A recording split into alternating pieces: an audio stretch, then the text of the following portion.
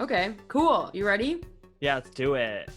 All right. Oh shit, I need to know what I'm supposed to say. Do you want me to start it off? Sure. Okay. Hey, everybody. It's us. Welcome to the podcast that we started. I'm going to start over because I had in my head what I was going to say and then I forgot. Okay. Yeah. Okay. 3, 2, 1. Let's do it.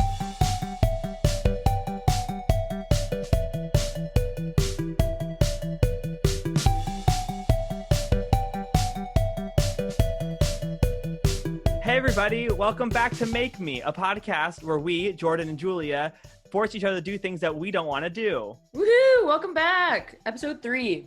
I'm Jordan Steadman. And I'm Julia Weeks. How you feeling, Julia Weeks? I'm feeling really good, Jordan Steadman. Every time I say your name, I want to say the name that you are in my cell phone, which is not your real name. What's my name in your phone? It's Jorzan Steamedna. The day of recording today is Memorial Day. Happy Memorial Day, everybody. Happy Memorial Day. What's your favorite memorial? My favorite memorial is that dead raccoon memorial that they put up in Toronto. R.I.P. R.I.P. What year was that? Like 5 years ago, right? Something like that. I remember it was on Tumblr. That's how I saw it. Oh, wow. So that's like high school. Should we get into what this podcast about? Oh, shit. We didn't say that yet. I have an update from last week's Make Me. So I had a lot of leftover non-dairy nut milk.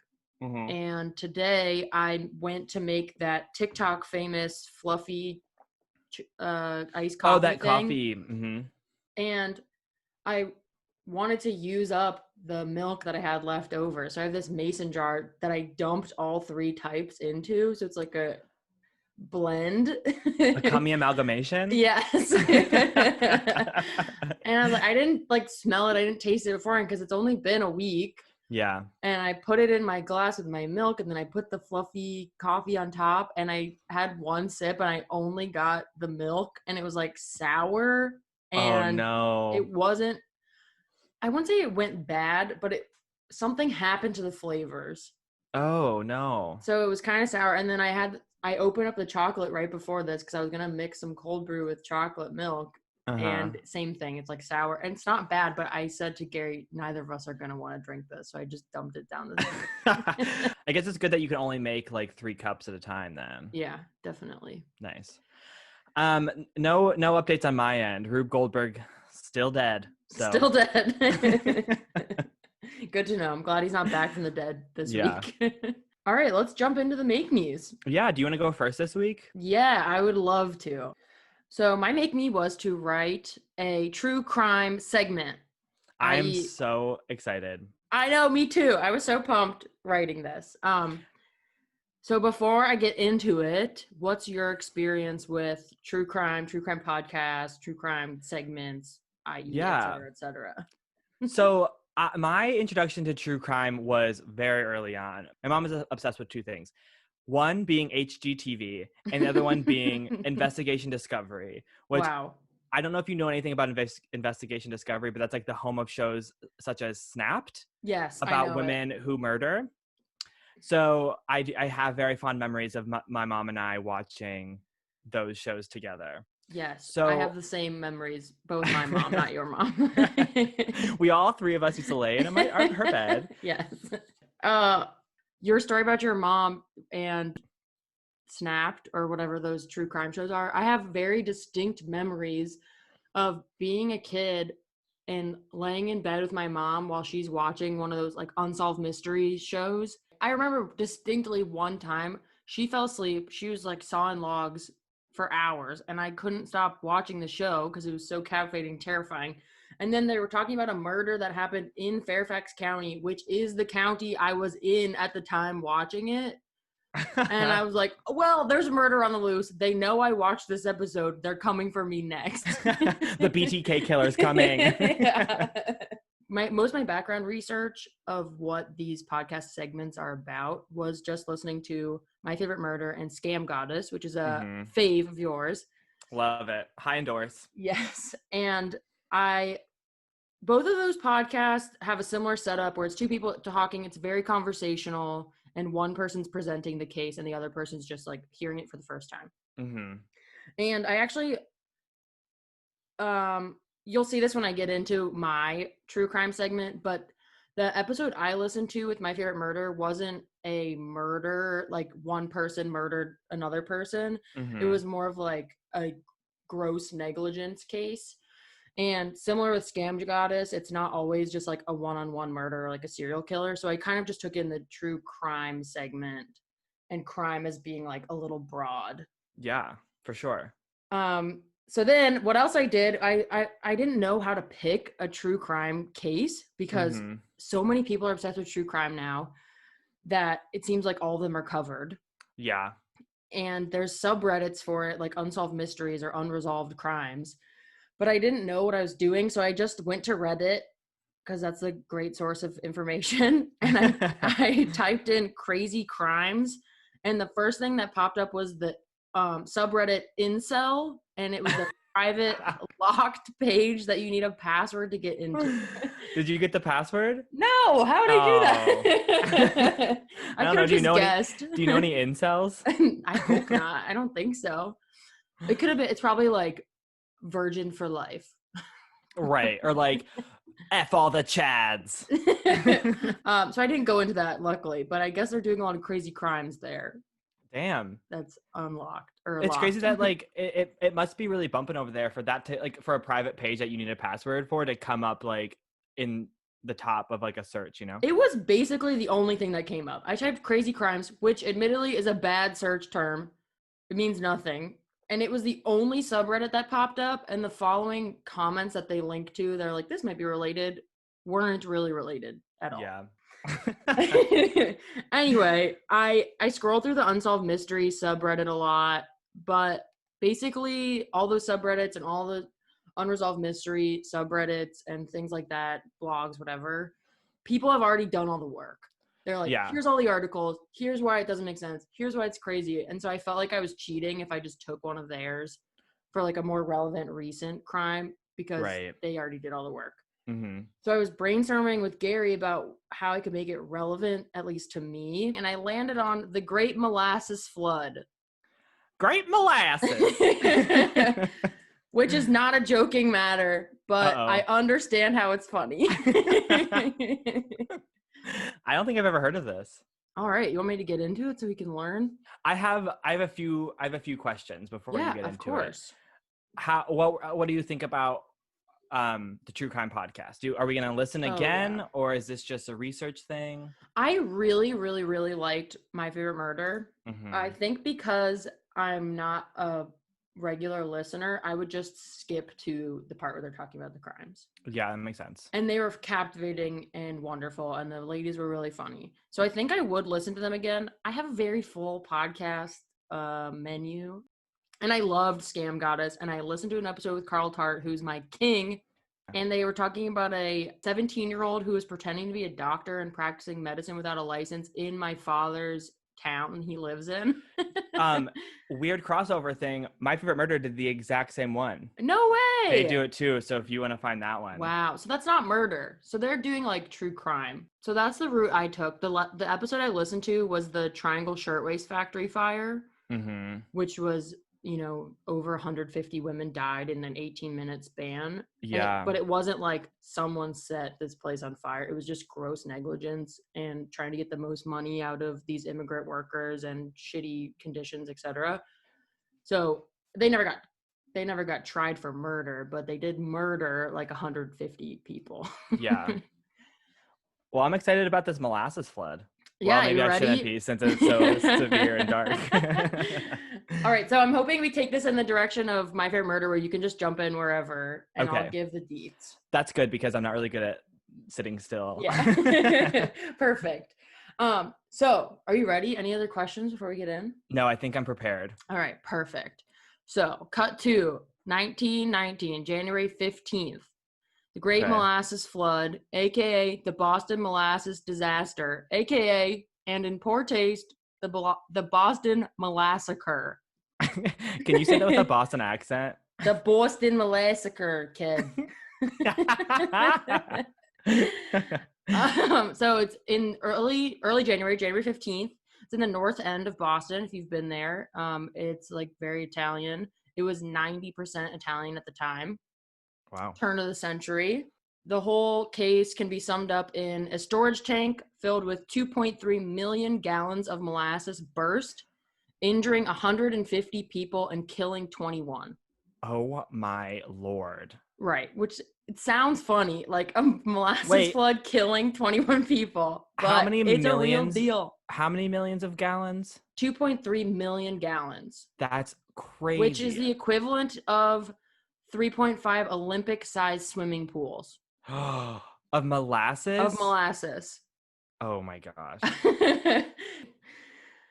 So it sounds, I feel like the phrase molasses flood is pretty funny, but the fact Yeah. that it killed 21 people isn't funny. Right. No, that's insane. And you'll learn it was like a pretty horrific death for these people. Oh. So there's this molasses facility. It's on the Boston Harbor. It's owned by Purity Distilling Company, and they're producing molasses, or they're holding molasses, which they're going to ferment to produce ethanol, which can be used for alcohol, like drinking alcohol, but Yeah. also for munitions. And this was at the beginning of World War One, and Yeah. America wasn't in the war at this moment, but they were supplying a lot of the munitions overseas. Right, because we're So trying to make our coin. yeah, hell yeah. So we were making all this money from alcohol, which this incident happened the day before the 18th Amendment was ratified, which is the prohibition. Whoa, really? Yes. So they were making all of this ethanol via molasses to try to like beat out prohibition, which would go like be enacted like and put into place a year later. Oh, that sucks. Yeah. So they're just like producing crazy amounts of ethanol via molasses. Like in hope, obviously for munitions, but was it like to hope that they can make enough alcohol then to sell right away before like prohibition then goes through? Yeah. So basically, it was, it was like a shoddy production, basically, because they're trying to produce as much ethanol as possible as quickly as possible. Gotcha. They knew prohibition was coming, so they were producing it more quickly. And also because of the war, they were just doing a lot of things that they probably wouldn't have done during just standard production. Right. Okay. So this is where And like negligence comes in. yes, we'll get to negligence. Nice. And for those who don't know, molasses is just produced when you refine sugar. It's like It's like when you're dark and yeah. like really heavy and sticky, right? It's really sticky. It's really sweet, but also kind of bitter. And basically, when you're producing sugar from sugarcane or sugar beet, it's kind of like a byproduct, but you can also use it for stuff. Oh, okay. Yeah.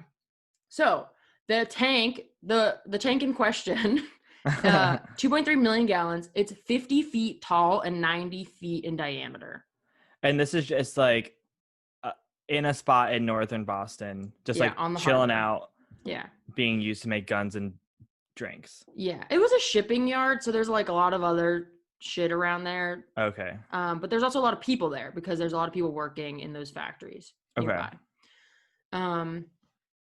So on January 15th, or sorry, we'll start with January 14th. On January 14th, the tank had some molasses in it, which it is just naturally kept to the outside temperature. So it's January, it's cold. It's very stiff, it's very viscous. Yeah. In the tank. Yeah. But on the 14th, they got a shipment, I think from Puerto Rico, if I can remember, which they have to heat up the molasses when they're putting it into the tank so it can flow better. Right. So the whole tank kind of rose in temperature, but not crazy amount. But then on January 15th, the outside temperature rose to 40 degrees Fahrenheit, which doesn't seem that much. But from the day before weather, which was 2 degrees, it's a huge difference. Yeah, that's the kind of temperature jump that you're like, you change your outfit. You know what I mean? Like it's a totally different thing. Right. You're going to bring a sweater. Yeah. So like that contrast of heat made the molasses expand And at approximately 12:30 p.m. on January 15th, the tank burst. Oh my And gosh. Full, like witnesses, brand new full, because it yeah. was the day before it was filled. So it was full all the way to the top as well, That's crazy. which isn't something that they usually did. But right, like I said, they're trying to produce a lot more ethanol in this time, so they had a lot more shipment than usual. Yeah. Witness reported that they felt the ground shake and heard a roar as the tank collapsed.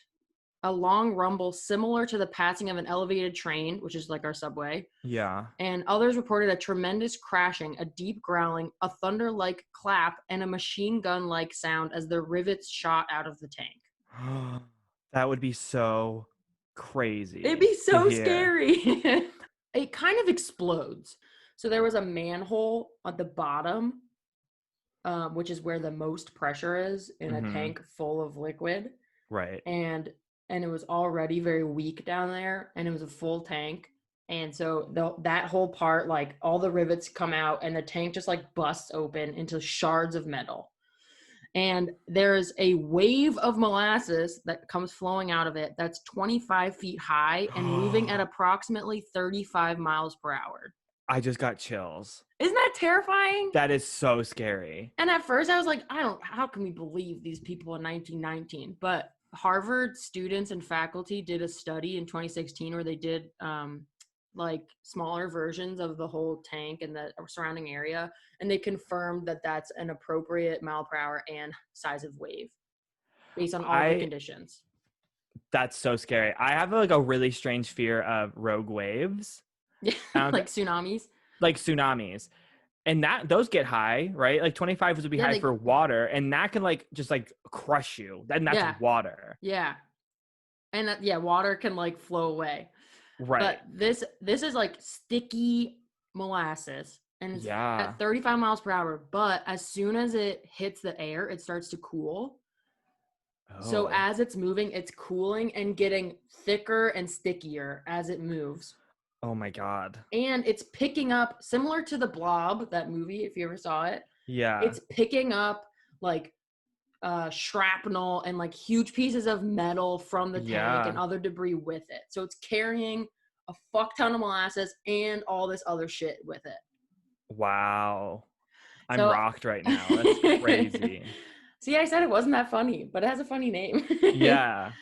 I mean, um, also the Great Molasses Flood makes me think that it's like a Scooby-Doo yeah, bad guy. yeah, it's like a Sherlock Holmes book. Yeah. Harry Potter and the Great Molasses Flood. Yes. So it said the wave was sufficient force to drive steel panels off of the tank, which blasted into the Boston Elevated Railway structure, Mm-hmm. which is just what was the precursor to the MBTA, which is like RT. It destroyed houses. It swept up railroad cars. It broke steel supports of the elevated train. It destroyed foundations of buildings and crushed other buildings. It tipped a streetcar off of its tracks, and a truck in the area was picked up and hurled into the harbor. Oh my gosh. And several blocks from where the flood started were flooded to a depth of 2 to 3 feet with molasses. Could you imagine like standing there and like being even like just at the end of it and like getting stuck? I can't imagine it. Have you ever been like in a marsh and you're like walking around in your Tevas and then you step in mud and you can't get your foot out? And then when you do, it goes like this. Yeah, exactly. But that is easier to get out of than molasses. Yeah, imagine that, but also nothing like that because Yeah. it's like trying to eat you. Yeah, exactly. So more a quote from the Boston Post at the time, the day after said, molasses, waist deep, covered the street and swirled and bubbled about the wreckage. Here and there struggled a form. Whether it was an animal or human being was impossible to tell. Only an upheaval, a thrashing about in the sticky mass, showed where any life was. Horses died like so many flies on sticky fly paper. The more they struggled, the deeper in the mess they were ensnared. Human beings, men and women, suffered likewise. Oh my gosh. So, all in all, 150 people were injured, including things like pneumonia from exposure by being stuck in the molasses so long that they were just out in the winter. broken Right. ribs, broken limbs. Many people suffocated, and 21 people died. So 150 people injured, 21 people died, and several horses died. Oh. And the I'm people gonna that sound real died. ignorant. In 1919, Yes. our main form of transportation is horses, or is it Well, we cars? had cars, but I think that they were still using horses for like manual labor. Okay. And this is like a shipyard, so the Navy's nearby, and they had horses, and like the police had horses they were using. But of the deaths, most of them suffocated because they were stuck in the molasses, and as they tried to get out, more molasses was just in their face. Oh And man. many people were picked up by the molasses and pushed into the harbor, which was freezing because it was January. Yeah. So truly horrifying. Yeah. And of the people that survived, many of them had coughing fits for like years after. I wonder if like their lungs were like lined with Yeah, they must have been. Yeah. So after the thing exploded, so the USS Nantucket, which is a training ship for the Massachusetts Nautical School, was right nearby. So a bunch of the cadets came running to help. They were pulling people out of the molasses. Yeah. Soon the Boston Police, the Red Cross, the Army, the Navy, they were all nearby because it's a shipping yard, and that's kind of where all those things were docked at that time. Mm-hmm. And all those people worked through the night to pull people out. And they set up a makeshift hospital because there's so many injured people there. And Yeah. all in all, they spent 4 days searching the molasses for people and like pulling out dead bodies and live people from the molasses. Wow. And they said that some people were so glazed over by molasses that they couldn't identify them. Man. For the most part, the people that were killed or injured during this were people that just worked in the shipyard. Okay. And the two youngest, there was 2 10-year-olds that died. Oof. But for the most part, and if you read the list of people that were injured and died, they're like all Italian because this was a 90% Italian area. Yeah. And they were all working really cheap in industry because we didn't have a lot of industry standards. The whole flood in itself, there was 4 days of cleanup of the direct area, but the harbor itself was brown until summer. Yeah. And the smell of molasses apparently was in the air for decades afterward. And some people still say on a hot day you can smell it, but that's like a old wives' tale. I don't know if I've ever smelled molasses. I hate the smell and so taste bitter. of molasses. What are the cookies that are made with molasses? Ginger, like a ginger ginger cookie. snap, yeah. Or like a ginger cookie.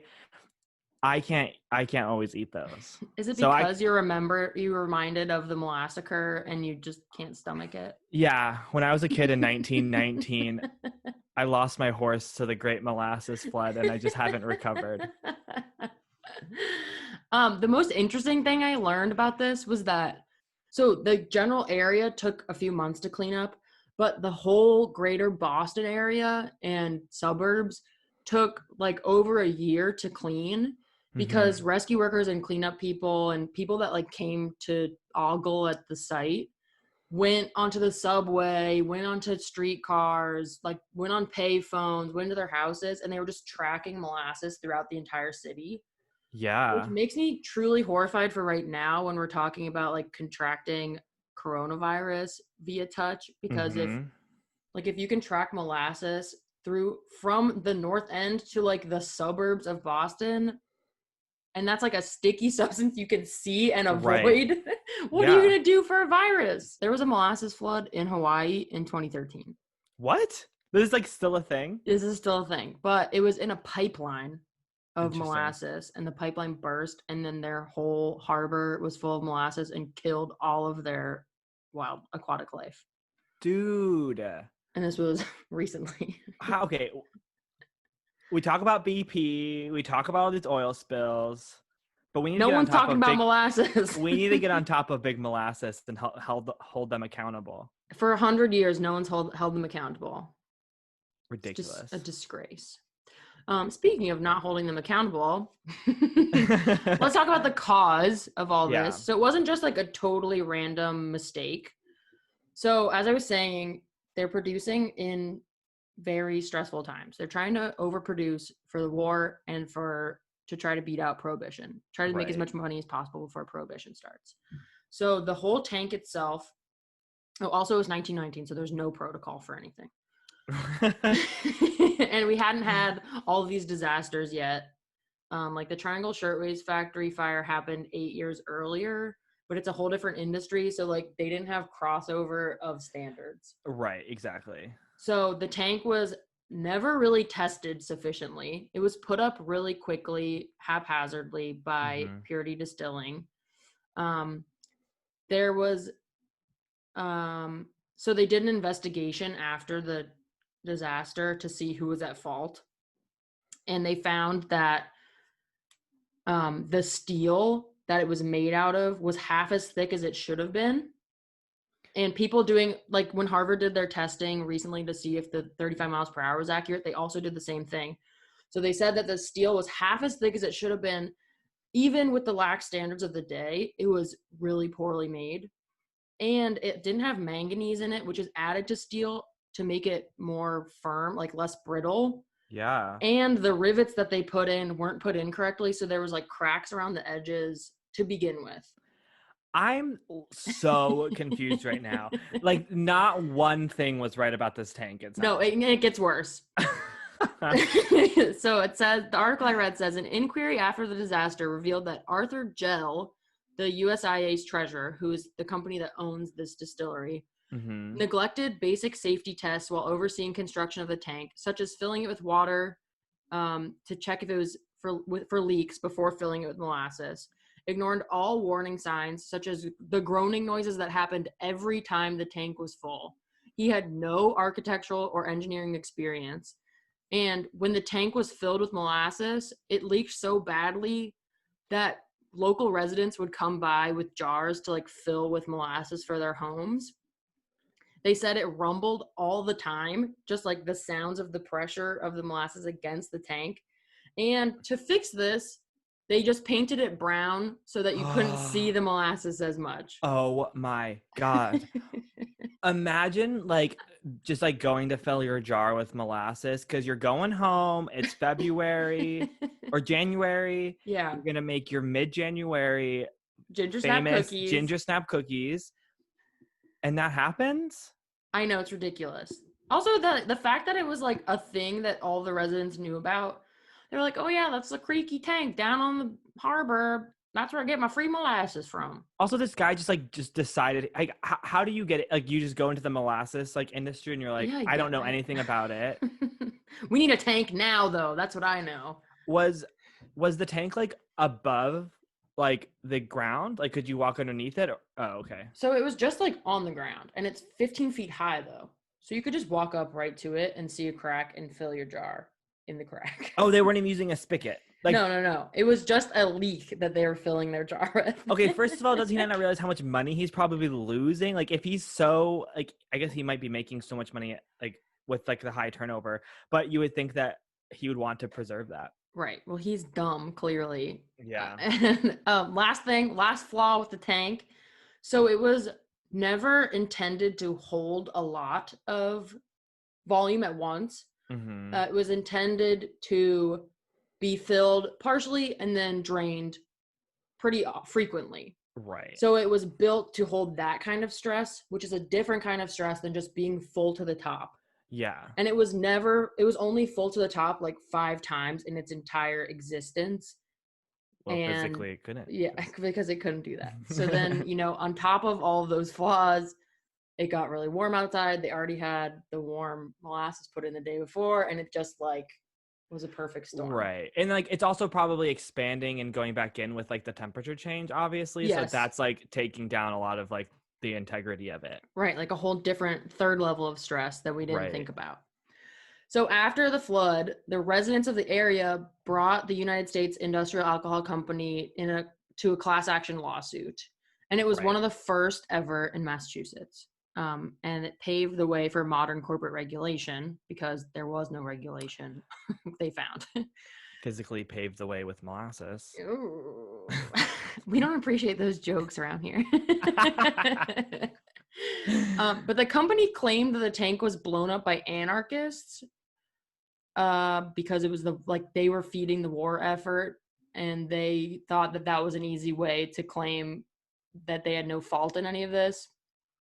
But they did 3 years of hearings, and the company had to pay out $600,000, a little more than $600,000, which is equivalent to 9.26 million in our current money. That And sounds so low it sounds for the crazy damage low. that they did. Yeah. But so the relatives of those killed received $7,000 per victim, which is equivalent to like $100,000 now. Yeah. But looking at the Triangle Shirtwaist Factory, those people that died, their families only got paid the equivalent of $75 now per life lost. What? Because they had like insurance policies, and they were in the pockets of all of the local government, so they they had no fault basically. And the last thing I'll say, there's like, for the most part, not many people know about this. Even people in Boston don't really know about it. And the only 2 ways it's commemorated is if you walk around the North End and you find the site of Langhorne Park, Langone Park. There's a plaque that's literally this big. It's not even a foot by foot. Wow. I am officially a molasses flood truther. Yeah, I need people to know this. I need people to like be held more accountable. We need to find like the descendants of these families and hold them accountable. That was amazing. Good job. Thanks. I had so much fun learning about it. How would you what's our ranking system this week? How would you rank the Make Me, and how would you rank how you did it? So out of 10 molasses cookies, I ranked the challenge as I feel like I'm always going to rank things as a 10, but I really like this challenge because it was true to our core as a podcast. And also it's so fun, and I could have taken it so many different ways. Yeah. And I had to listen to 2 great podcasts to research that I'm going to put back into my rotation, which is great. Dope. So 10. And I think my execution was up there. I think it was like a 9. I was deep in this information, all this history for a whole week. I'm happy that you went first this week, because I'd hate to have everyone listen to that and then for us to be like, okay, well, hundreds of people died. See you later. Follow us on Instagram. Yeah, it's pretty rough. Should we take a break before we go to the next one? Yeah, let's take a break. All right, hear from you soon. Hey, lovely listeners. Are you like an influencer or a musician or an artist? Or a cookie baker?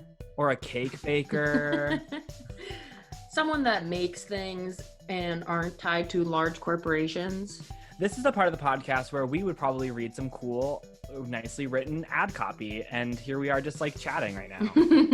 And most podcasts do ad reads, but they do them for mattresses and toothbrushes and website creators. And literally no one uses either 3 of those things. We would love to promote like bands, artists, Instagram influencers that otherwise wouldn't get the ad reads. And here's the kicker, you guys. It's like 1,000% free. 1,000,000,000% even. Yeah. So just let us know. DM us. We for real just want to do some ad reads for people that we would love to support that aren't getting this type of promotion. Yeah. It helps us. It helps you. And it'll be a super fun time, and maybe we'll be best friends afterward. Yeah. So either DM us at MakeMePod on Instagram or email us at makemepod@gmail.com with what you'd like us to promote, where we can find you, and some tidbits about what you're making. We'll let you know when we put out the episode with your ad in it, and you can promote it all over your socials and hopefully give us a shout out. Yeah. So we hope to hear from you guys. It's a mutual relationship.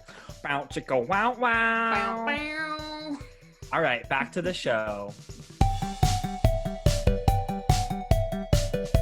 All right, welcome back to Make Me. So, Jordan, what was your Make Me this week? So my Make Me that Julia gave me last week for this week is that I have to make 5 life hacks from life hack videos. Yes. Those shitty ones you always see on Instagram. Listen, you guys, you are in for it this week. I went down some holes that y'all don't need to go down, but Jordan went balls deep so you don't have to. exactly. That's how I want to live my entire life. So before I get into my little background, what's your relationship with life hacks, Julia? My relationship with life hacks is I find myself waking up at some random point. Like I'm already awake, but I like come into consciousness and I found that I've been watching those life hack videos on Instagram Explore page for like an hour. Yeah. And I don't know how I got there. And the whole time I'm thinking, wow, this is so stupid. Or, oh my God, this is amazing. I have to do it right now. Yep. And also my mom she's the audience for the life hacks. Yes. She also thinks they're dumb, but then she's like, but I just found this one great tip after my 400th video, and so it's so worth it to watch them. Like, you never know. I turn my flip-flop into a soap dish. Yes. She's gonna hear us and be pissed off. I know. As she's like washing her hands with like her flip-flop. So I didn't know where to begin with this. It's tough. It is tough because there is a lot of life hack content. So I'm just going to start off where my journey began. I found a video called 26 Beauty Hacks Every Girl Should Know. Oh, damn. I was intrigued by the misogyny and I stayed for the content. Okay, so I'm going to read some of my notes verbatim because these are things that I was thinking at the time. My first note on this one is the first one. Excuse me? Let me guess what it is. I feel like it's putting Scotch tape under your eyelid to make the perfect winged eyeliner. And then you rip off your skin when you pull it off. So it's makeup related. I'll give you that. It's a beauty hack. This girl took a paint roller. Okay, first of all, it's a shot of her back with a bunch of pimples that are clearly like fake pimples. Like they're prosthetics. So there's high production value from the start. She takes a paint roller with foundation on it and then rolls her back with the foundation and then it just cuts to a perfectly smooth back. Like an airbrushed back. Yes. First off, that's an extreme waste of product. 100%. Just the application was just insane to me. And it was like, boom, life hack. A little bit further on. One was how to give yourself like a nose job by just like squeeze it. Like there's like a little thing that you can put on your nose that you squeeze your nose for like, it says put on for 5 hours, then take off. And like nothing changed. One teaches you how to cut your bangs, but this woman was wearing a wig. And if you're going to try to teach me how to cut my bangs and you want me to trust your video, cut your own bangs. Yeah. Or I'm not going to do it. I don't trust a fake bitch. Exactly. And then here's a really, really strange one I found. This woman made her own hot wax for her hairy legs. Oh no. Out of things. And I was like, okay, I see you. Like household materials to make your own hot wax. Like if candles. That's what you need to do. I can't remember what it was. But then the weird part was is she cut up old jeans and then used the butter knife to put the hot wax on, laid the denim down and ripped it off. But now you have a piece of hairy denim that you can like weave into your quilt. Yes, you're right. Okay, so that was day one, was a general search of life hacks and like what I was looking at. Day two comes by. I find a video called Clever Hacks for Any Easy Life, 5-minute crafts and DIY ideas. And I was like, this. So much happening. Here we go. Here we go. This is what I want. First one straight out of the bat is run over your toothpaste tube with your car to get that last bit of toothpaste. And I was like, this is where I am. And at this point, I hadn't found any that I felt that I could do successfully. And I was like, considering how weird it would be to have my boyfriend run over a tube of toothpaste for the gram. Oh, yeah. Plus, do we really need that last drop? Not that bad. Not that bad. Just cut it open. So then it started getting so absurd that I just had to start taking screenshots. And I'm going to describe to you what I see in some of the screenshots. Perfect. And we'll put it up on the Instagram. We'll put it on Instagram. One is a shower head. If your shower head's dirty, don't clean it. Don't think about cleaning it. Cut holes into a Sprite bottle and tape it to like the pipe that the water comes out of and use that instead. What? Another one is if you get a pizza, you order it and it's cold when you get back, take an iron and you put it up, you put aluminum foil on it, and then you put the pizza on it. So you turn it on, and then you take 2 blow dryers and heat up the pizza that way. What? Do we not have an oven, a microwave, a stove? Julia, this is more convenient than an oven, clearly. I mean, I definitely don't have an iron. Why would they make this life hack idea if it wasn't the most convenient way for me to do this? I mean, great point. Most people have an iron, and they definitely have 2 hair dryers. One is to place your drinks that you're drinking on a moving Roomba. I could not tell you what the benefit of that one was. That was just like the life hack, and then it was done. They didn't explain to me why it was helpful. You have to work for your alcohol. Another one is if you don't have sunglasses, take packing tape and draw sunglasses on with a Sharpie and stick it to your face so that the sun doesn't get through. What? Then I started noticing a really strange trend where people started putting toothpaste on everything. Oh no. One woman washes her whiteheads with toothpaste. Washes them? It was black. The blackhead was black. Then she put the toothpaste on, used a toothbrush to scrub it, and then it came and it was gone. And I was like, honestly, that could be true. Like, it's soap. We put it in our mouths. We practically swallow it sometimes on accident. This one doesn't surprise me. And maybe the bristles act as like a exfoliating thing. Right. And the toothpaste is, a good cleaning solution. But then we have put toothpaste on a burn. That sounds painful. Put toothpaste on dry lips. And then I had to look up just toothpaste life hacks because I'd gotten this far. I needed to know more about toothpaste life hacks. The title of the video is 24 Genius Toothpaste Life Hacks, but then my screen grab says 6 crazy toothpaste hacks. What? And so a trend I've realized about life hack videos, especially bigger ones like 5 Minute Craft and Troom, which are like these companies that just push out life hack, DIY craft prank videos. They're just reusing all of their stuff and turning it into compilations for ad revenue. Oh man. So the beginning of this 24 Genius Toothpaste hack was a 6 crazy toothpaste hack video. They're not even trying to hide it. Exactly. And whatever, like we don't notice, like half the time we're not paying attention. Exactly. So everything's fine. And it is exactly what I think it's going to be, but I needed to be reassured that it was like using as a topical ointment, using toothpaste to clean your, like using your toothpaste to like clean, like the scum off of like the top of your faucet or whatever. I was like, oh, that one kind of makes sense because I'm sure like the grit of a toothpaste is good for exfoliating and get to the cracks and all that kind of stuff, buff out some of the scratches. Yeah, I finally found life hacks that make sense to me. Until we get to this toothpaste life hack. I watched this mouth agape 4 times. You have to have an empty toothpaste tube and a Snickers bar. No. Microwave the Snickers bar, cut open the end of the tube of toothpaste, so like the nozzle is still intact.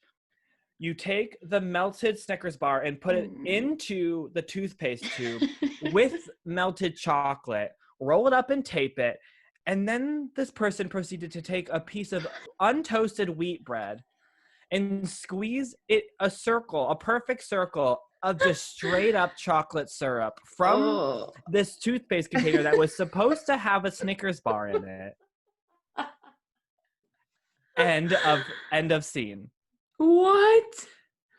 I My feel like mind that's was blown. I feel like that's one of the things that as a kid you get to lunch, you open up your lunchbox, you see your mom put that in there for you, and you're like so embarrassed, but you want to eat it because it's chocolate, so you're like trying to hide it. So that's the toothpaste saga. I loved it and I hated it. Like I said before, Troom and 5 Minute Crafts were just 2 really big creators I saw and was just enthralled by because they're they were such weird videos, and they were like Mm-hmm. life hacks and DIYs and pranks, and none of them made any sense. So I looked into it. I found an article on Vox written by someone named Rebecca Jennings, and she goes into exactly this topic, Mm-hmm. which was, what is Troom Troom and why is it weird, and where are these like weird life hack videos coming from?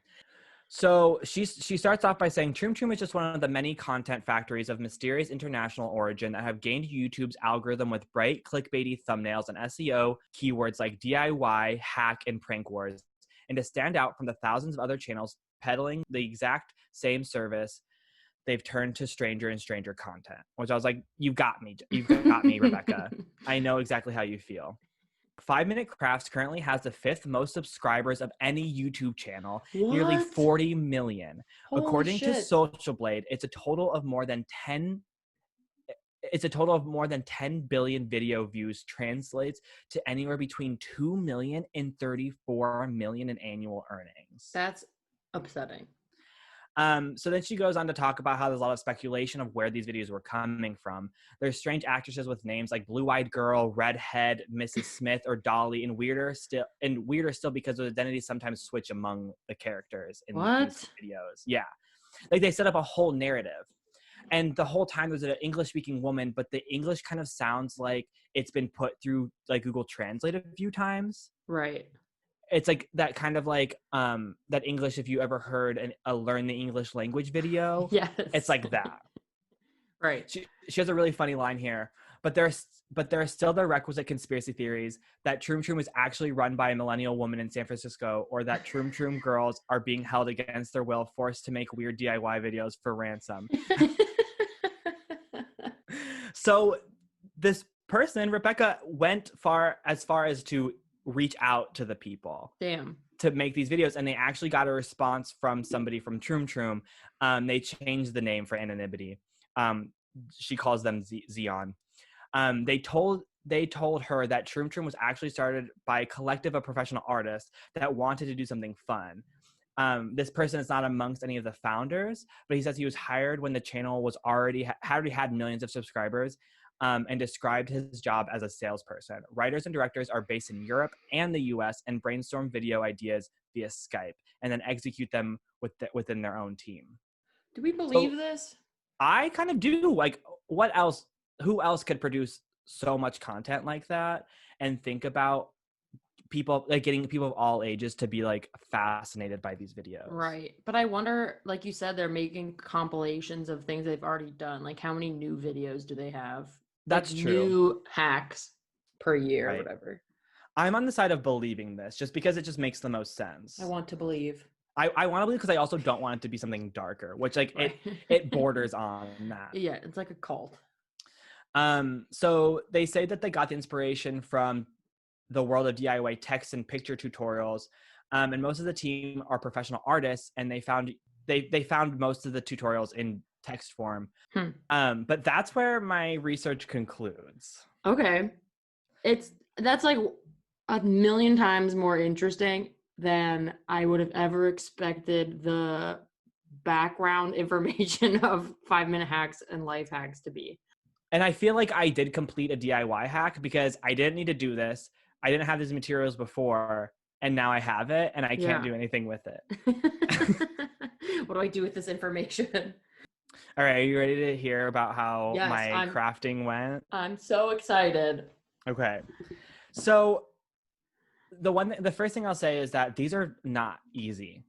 Yeah. In that they're, as we talked about last episode, I'm confined to mostly the things that I have. Yes. Okay, so the first one I did was the sunglasses tape.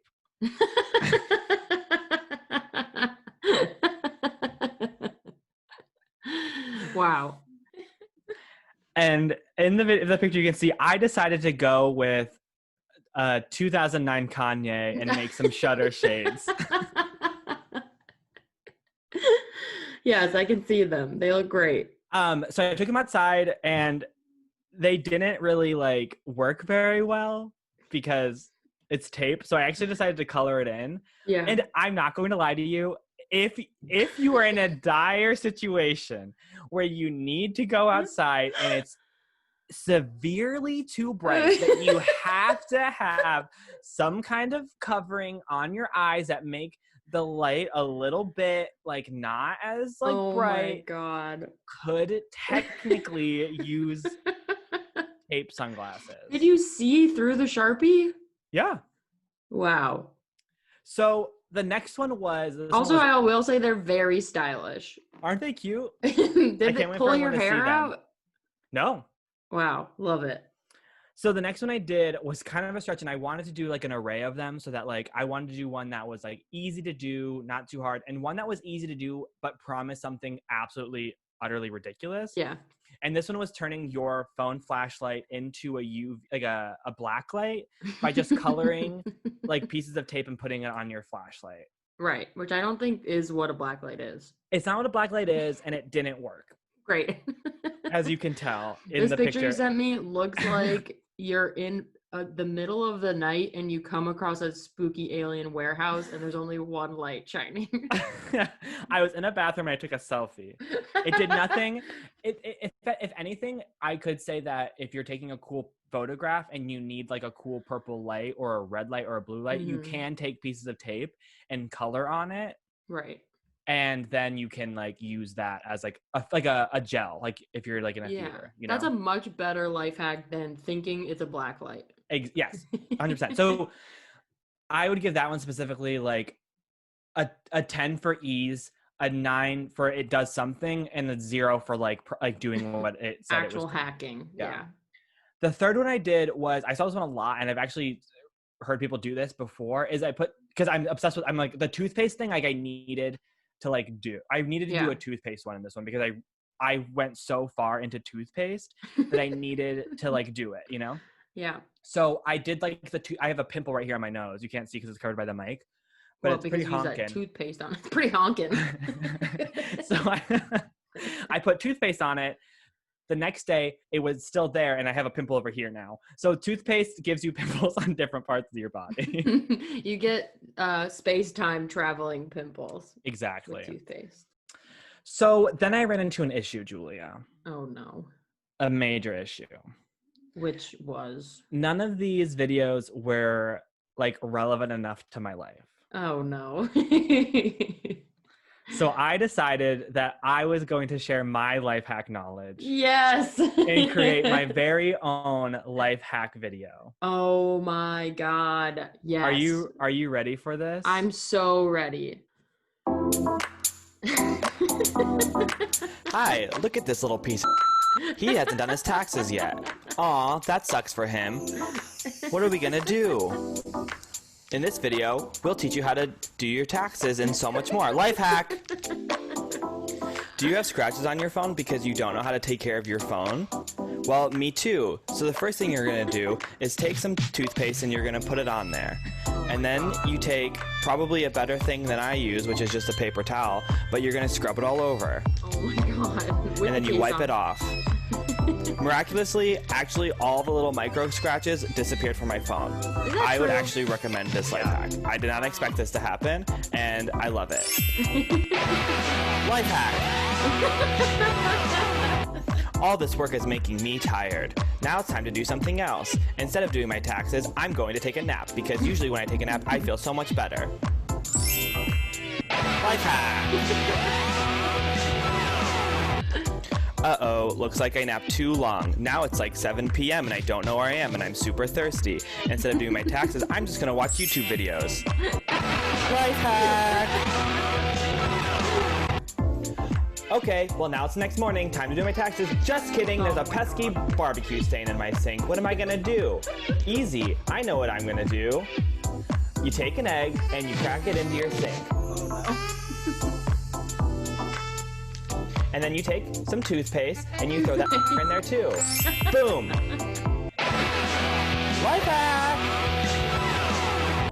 Okay, fine. We'll finally do our taxes. Easy enough. Just add some toothpaste. No. And now we're done. You guessed it. Life hack. Oh my God. Toothpaste is the duct tape of the future. I'm impressed. I do have a lot of pesky barbecue stains in my sink, just always. I don't even know where they come from. We don't have barbecue sauce in the house. So, of all of the life hacks you did, both your own life hacks and the ones on the internet, what was your favorite? I think that the sunglasses tape was definitely my favorite one, and I'm going to apply it to my real life because also you can have so many different styles of sunglasses just so easy. And you can wax your eyebrows when you take them off. Exactly. Yeah. And you can use a stamp that I found on 5 Minute Crafts to put them back on. I'm definitely going to use the toothpaste one. Well, which one? the one on the phone. Yeah, it's good. Wow. So, how would you rate out of ginger molasses cookies the experience overall? So, the life hack as a make me, and then also your execution. Well, now that I'm a professional life hacker, I'm giving the make me that you gave me 11 out of 10 ginger molasses cookies because that's my new personality. Oh, great. You're and I know be that YouTube famous. Yeah, exactly. I'm going to make millions of dollars. And so your execution was also an 11 out of 10. 11 out of 10. I'm professional. You crushed it. Okay, well now we're at my least favorite part of the podcast, Julia Weeks. Where it's over. Well, we have a few more things to cover. Just kidding. It's not my least favorite part of the podcast. It's actually my favorite part of the podcast where we give each other next week's Make Me. Yeah, baby. All right, you're up. Okay, Julia. Next week, I want you to make me a booty guru makeup tutorial. Hell yeah. As someone that wears minimal makeup, it's gonna be awesome. Oh, I can't wait. All right, so next week, I'm making you reconnect with an old friend. Oh no. And I'm thinking like from before college. Okay. Because college is still pretty recent and you probably have like more ties to those people. So I'm thinking someone that you haven't talked to in like a pretty decently long time. Okay, I love it. I got real nervous because I have a lot of foes that I just like don't talk to anymore, and the first people to come up were them. Well, I'm not expecting you to like make amends. That's good. Yeah, you can reach out to them and say "fuck you" if you want. Can that just be the make me? Say "fuck you" to an ex-boyfriend. Which leads us into our make me for everyone else. Yes, it's your turn to give it up. Yeah. So inspired by the video that I found on YouTube, I want everyone to write and then tell me 20 different uses for old jeans.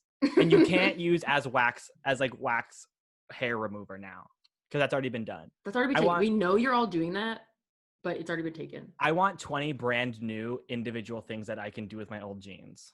All right, Julia Weeks, should we say goodbye to our lusty, hot, beautiful, sexy follower listeners now? Yeah, unfortunately. I'm going to miss them. Yeah, but we'll see them on the message boards. And we'll see you guys next Wednesday. And see you in my dreams. Bye. Bye. Hey guys, it's Jordan and Julia. Thanks for listening to this episode. We hope you enjoyed it. For content related to this episode, follow us at MakeMePod on Instagram. And you can hear episodes each week on Apple Podcasts and Spotify.